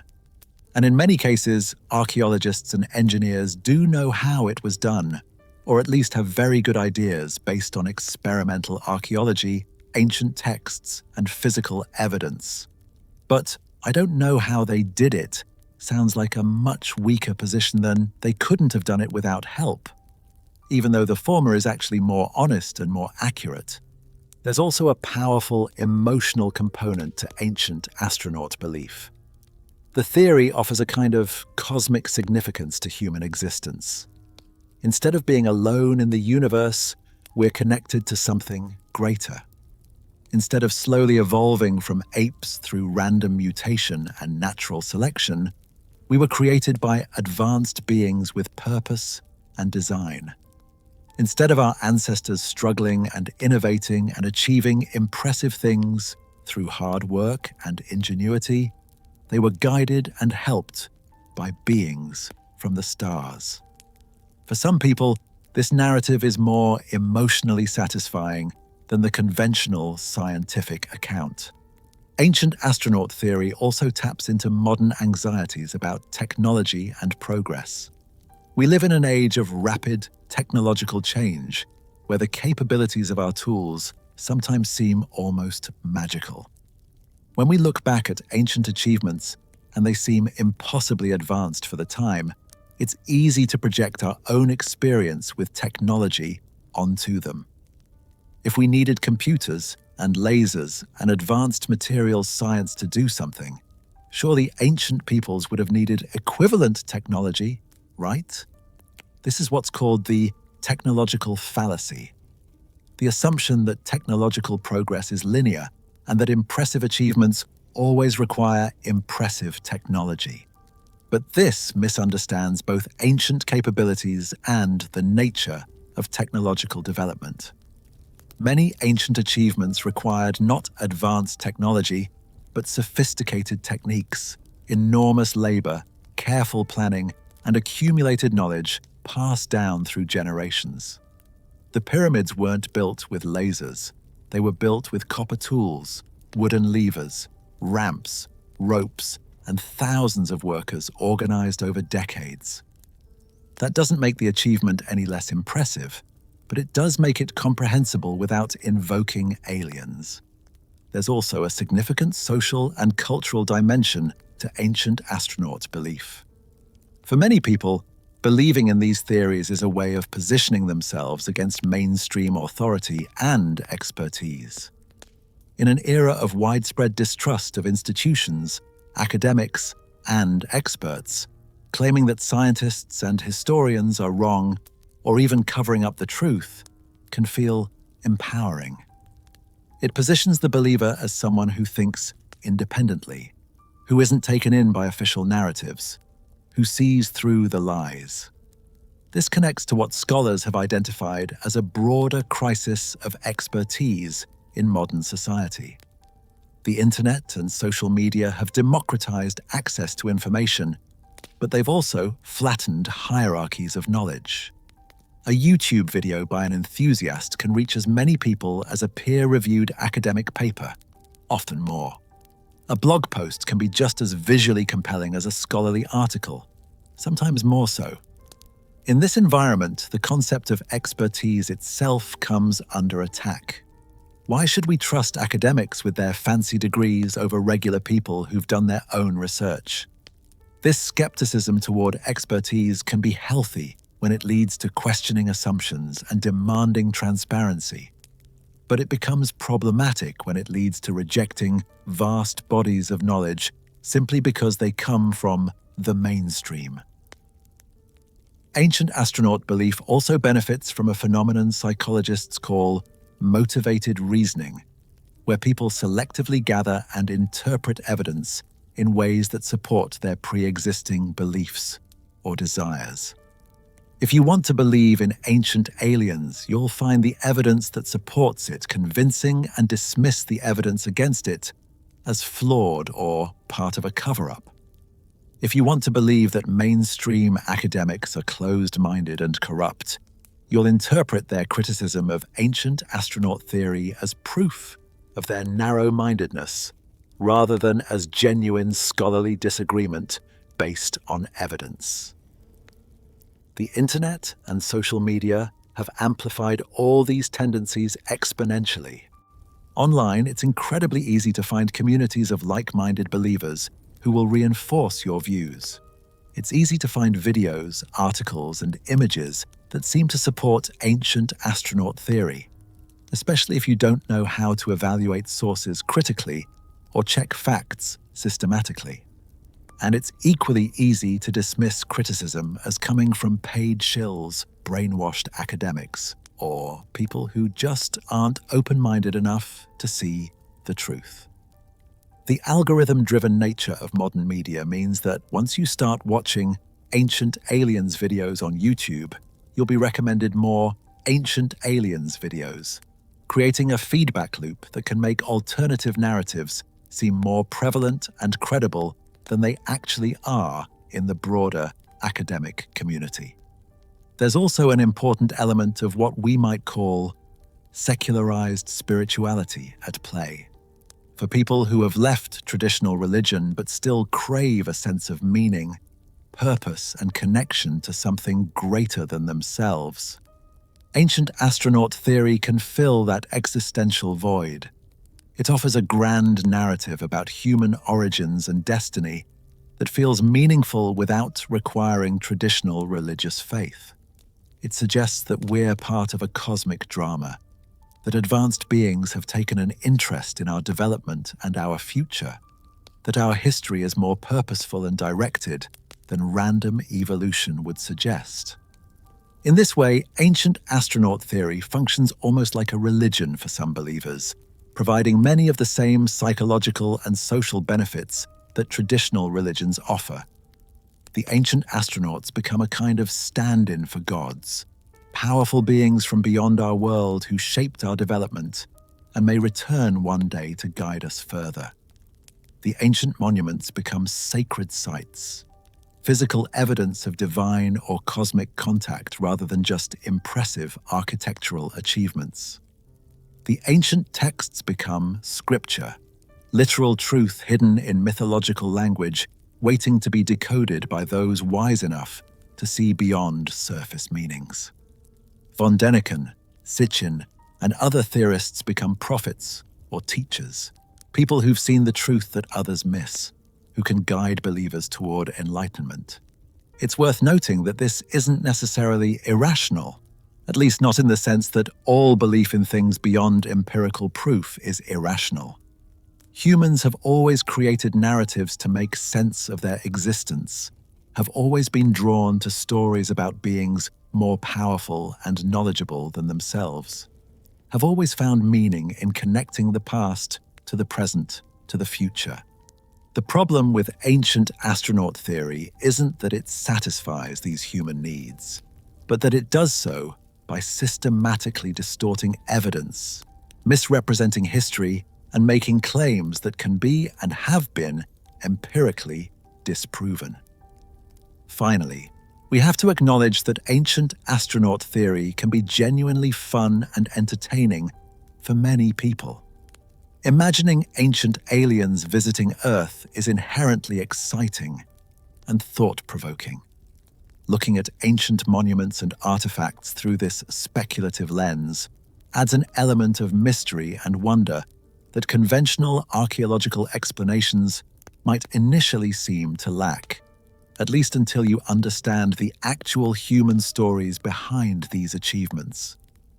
Von Däniken's books are engaging reads, filled with descriptions of exotic locations, dramatic claims about hidden history, and the thrill of supposedly exposing secrets that have been hidden for millennia. Ancient Aliens is entertaining television with its dramatic music, compelling graphics, and the sense that you're learning about mysteries that most people don't know about. For many people, the theory is appealing not because they fully believe every claim, but because they enjoy thinking about it, exploring it, and entertaining the possibility. It sparks imagination, encourages wonder about the universe, and provides interesting conversation topics. There's nothing inherently wrong with enjoying speculative fiction or alternative histories as entertainment, just as there's nothing wrong with enjoying science fiction movies that bend or break scientific laws for the sake of storytelling. The problem arises when entertainment crosses the boundary into belief, when people start accepting these narratives as factual rather than fictional, when they make important decisions or form fundamental worldviews based on ideas that have been thoroughly debunked by evidence and expert analysis. The line between entertainment and education becomes blurred, especially when the entertainment is packaged in educational formats and presented on networks with names like History, or in books shelved in the non-fiction sections of bookstores. This entertainment value shouldn't be dismissed as trivial or irrelevant to understanding the phenomenon.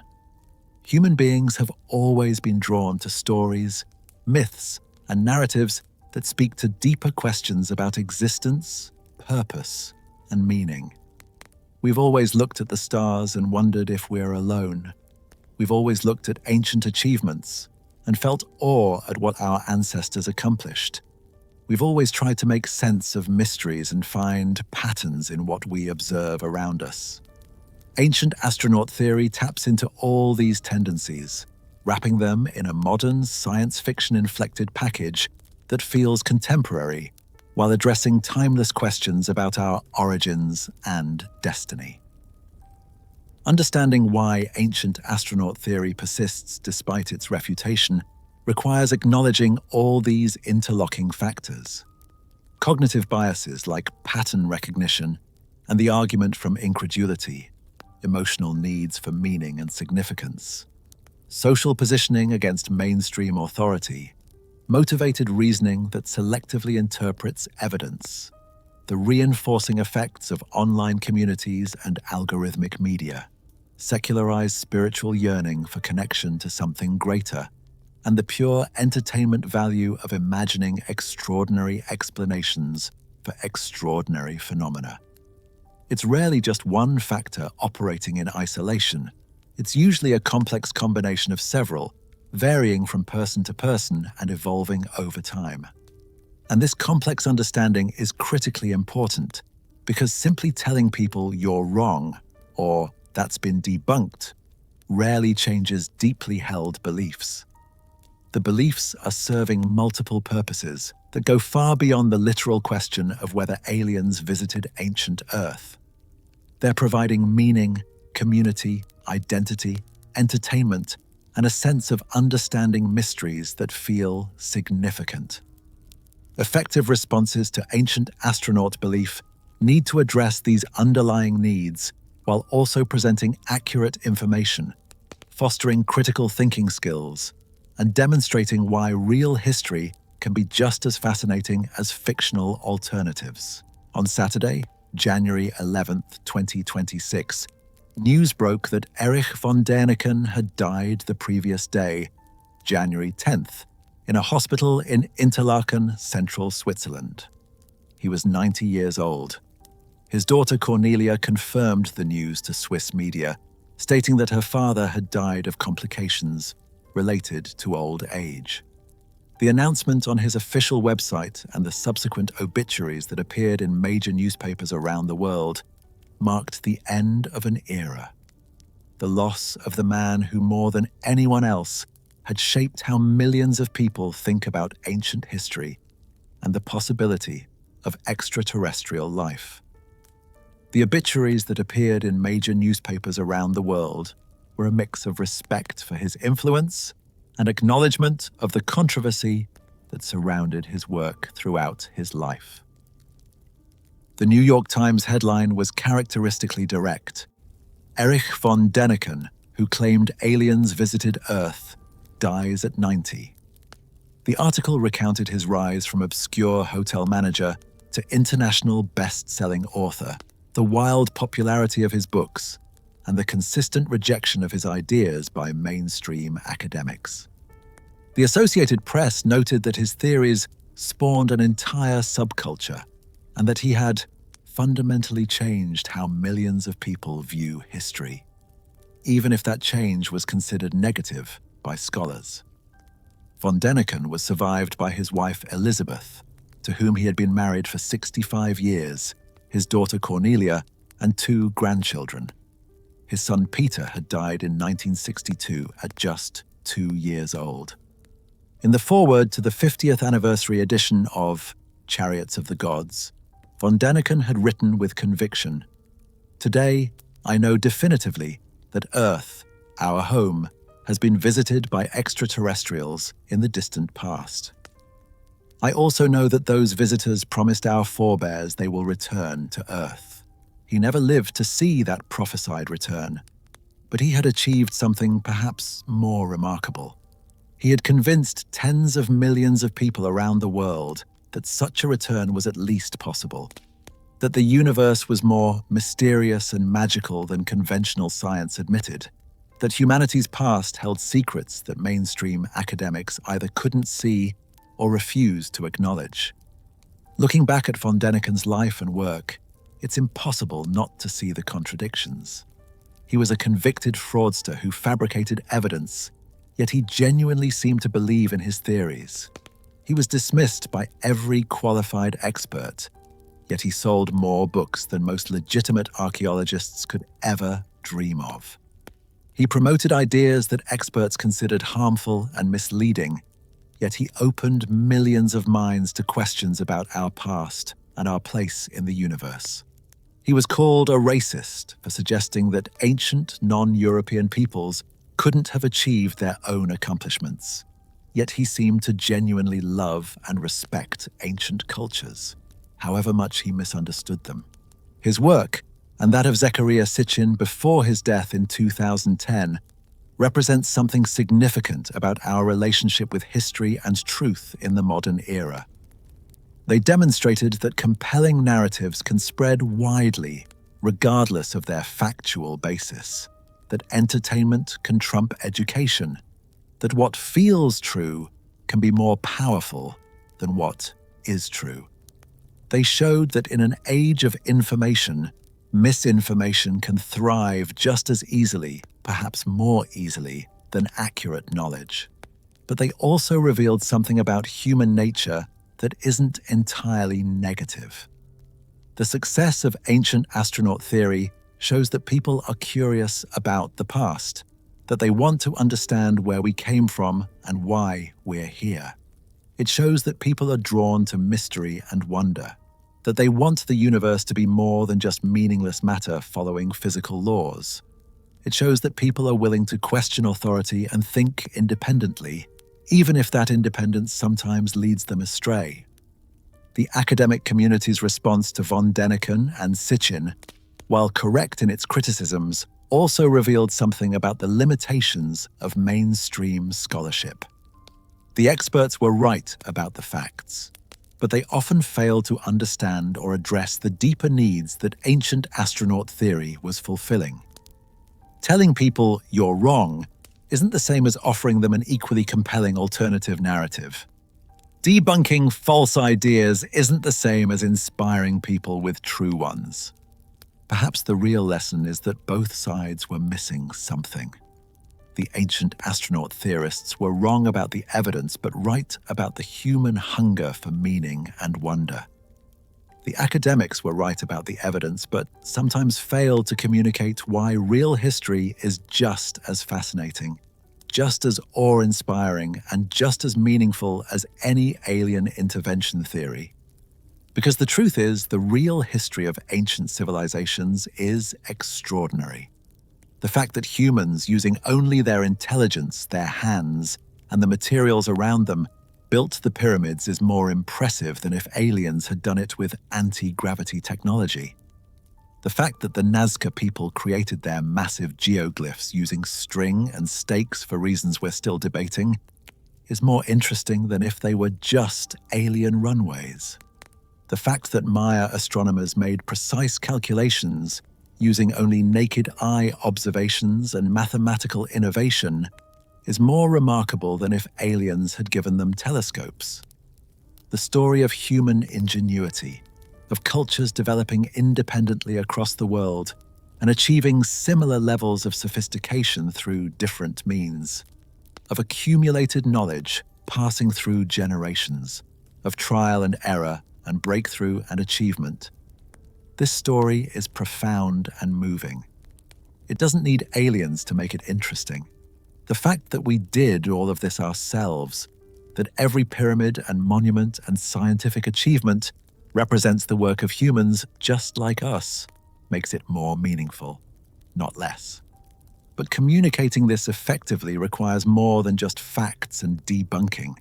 It requires storytelling, inspiration, and an acknowledgement that people need more from history than just dates and dry archaeological details. They need narratives that speak to fundamental questions about who we are and where we came from. They need to feel connected to the past and to see in ancient achievements something that reflects back on our own potential. In the end, the story of Erich von Däniken and the ancient astronaut theory he popularized is a story about us. It's about how we understand the past, how we form beliefs, how we evaluate evidence, and what we need from our narratives about human existence. It's about the tension between truth and meaning, between what is and what we want to be. It's about the very human tendency to look at something extraordinary and ask, not just, how did this happen, but what does this mean for me? Von Däniken gave millions of people an answer to that question, even if it was the wrong answer. He made them feel that the universe was bigger and stranger and more meaningful than they had thought. He made ancient history feel relevant and exciting and personal. He told a story that resonated with something deep in the human psyche, that need to believe that we're not alone, that we're part of something greater, that there are mysteries yet to be solved. The fact that his story was built on misunderstandings, mistranslations, and in some cases outright fabrications, doesn't change its power.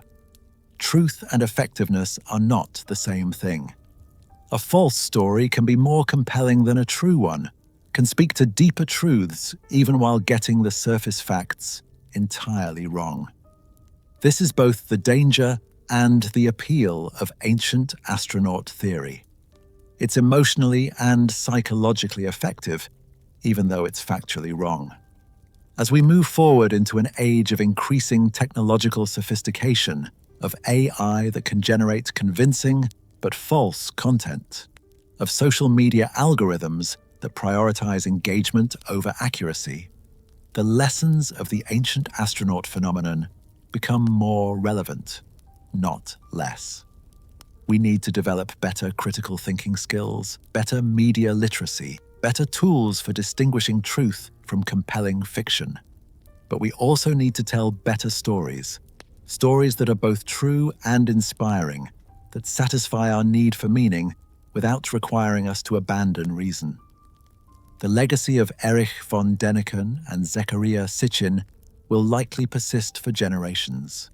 Their books will continue to be read, ancient aliens will continue to find new audiences, and new variations on their theories will emerge.